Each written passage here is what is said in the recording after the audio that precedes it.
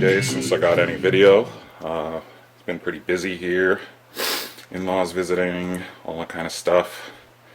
But I've been busy. I do have a little bit of video, and I took a little bit of video of this one. This is my new one. This one came to Daddy for his 40th birthday But anyway, that there is a 2014 LPJ. The 120th anniversary. So you're looking at it right now. It's already all modified. I had it home I think one day before I started changing everything on it, and I haven't done a lot to it. I threw a pickguard on it, I changed the knobs.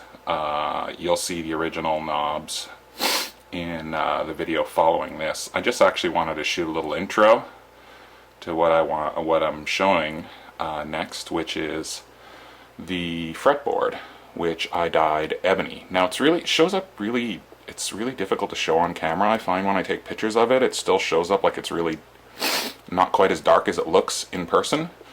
But I can assure you that is black. That's very dark. It's 2 coats of just, I think it's a water-based. I'm sure it's a water-based ebony stain. Just the stuff that I got at, the local Home Depot. And I'm pretty sure I want to change this guy to gold hardware. I think gold hardware would suit it. I threw on these little flashy knobs, these little vintage top hat style ones, and they're just a touch gold on the inside. I really like that detail. They didn't really suit the Fibson, which is where I had them. So as you can see, the first few immediate modifications are all aesthetic. This guitar came to me brand new, out of the box. Nobody had ever touched it. Didn't have any buckle rash from the guitar shop or anything like that. It was brand new, right out of their basement. So, I was really curious to see how it would come to me. And you want to know what? I think I mentioned this later on in the video because I shot that part of the video a few days ago where I was staining the fretboard, but I think I did mention that the only adjustment it needed was the action. It was like 9/64ths on the low E, and I think around 6, and I dropped it to 5 and 3. I think in my last couple of videos I said it was 6 and 4. Now I've looked up Gibson specs. Some of them say 6 and 4. For the SG it's like 4 and 3 or something like that. Anyway, I dropped this to 5 because I was watching another one of Davey's videos and he says Les Pauls are 5 and 3. So I dropped it to 5 and 3, and this one plays perfectly. It doesn't rattle at all. It has 12th thou relief.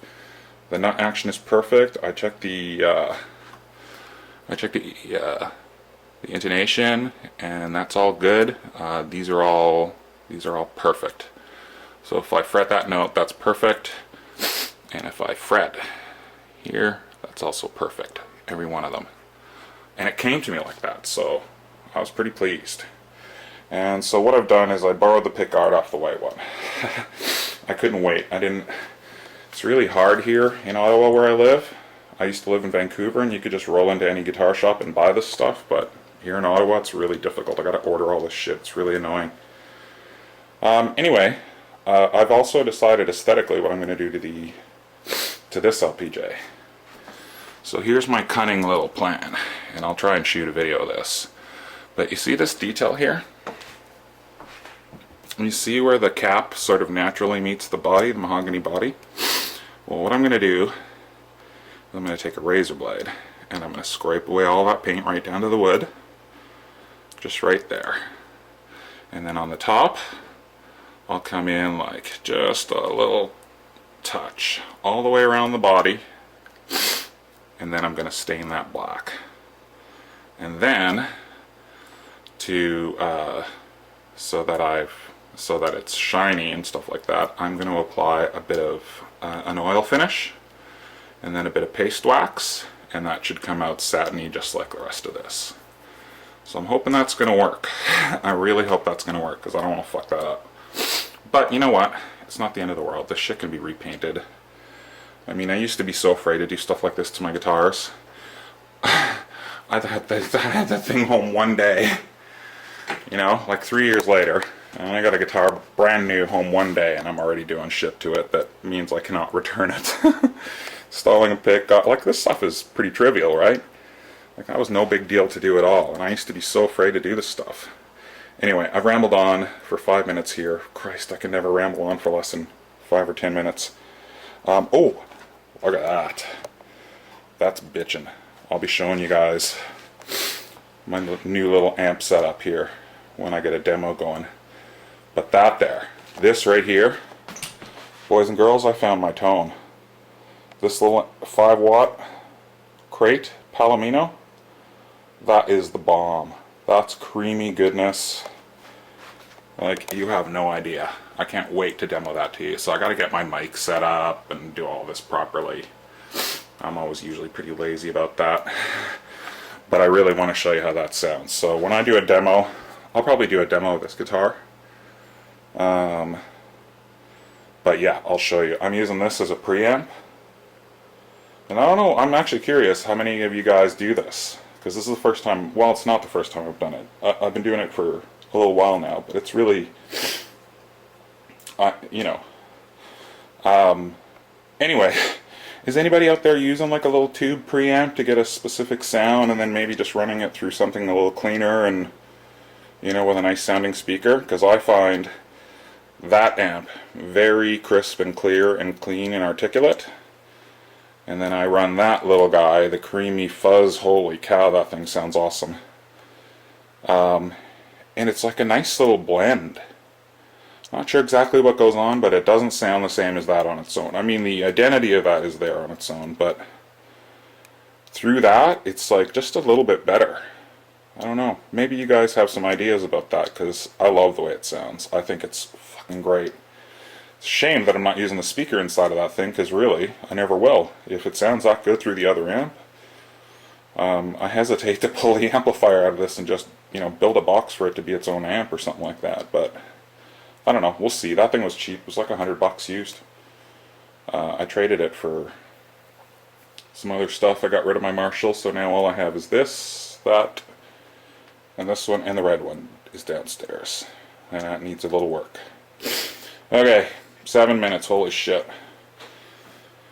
I've been promising myself I won't make these long-ass boring videos where I talk, but you know, you start looking at the video you shot and it's like, you want to say all this stuff and it's not really in the video, so I thought this time, well, I'll just shoot a little bit of an intro and then that way I can kind of get out everything I want to say.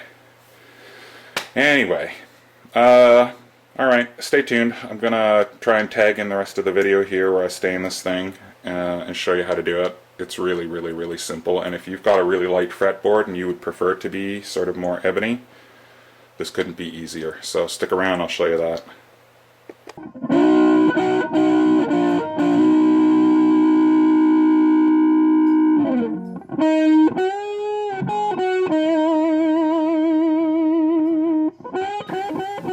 Alright, I wasn't going to shoot any video of this. I know I say that a lot, but I really wasn't. Anyway, I've just got some ebony stain. This is a 2014 LPJ. And this, they call it Fireburst. But I find these really a little bit too light. Anyway, this is the 120th anniversary model. So same as my white one, except the newer model, the next year's model. Anyway, all I'm doing is same thing I've done to a few of my other guitars. And just going to go ahead and basically just stain these black. And this stain is awesome because it cleans up off of lacquer really nice. Doesn't seem to stick to lacquer, doesn't seem to stick to these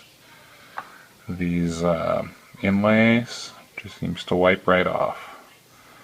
So I don't have to be super careful with that. And I'm going to go ahead and shine these frets up later anyway, but that's going to be a huge improvement, I think. So we'll get rid of this ugly LPJ thing here. I really like that detail in the middle. My other one doesn't have that. And this definitely needs a pickguard. Just can't decide if it's going to be cream or black. My wife says black, but I'm thinking cream.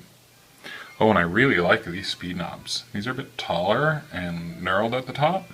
They're pretty awesome. And this thing sounds really awesome.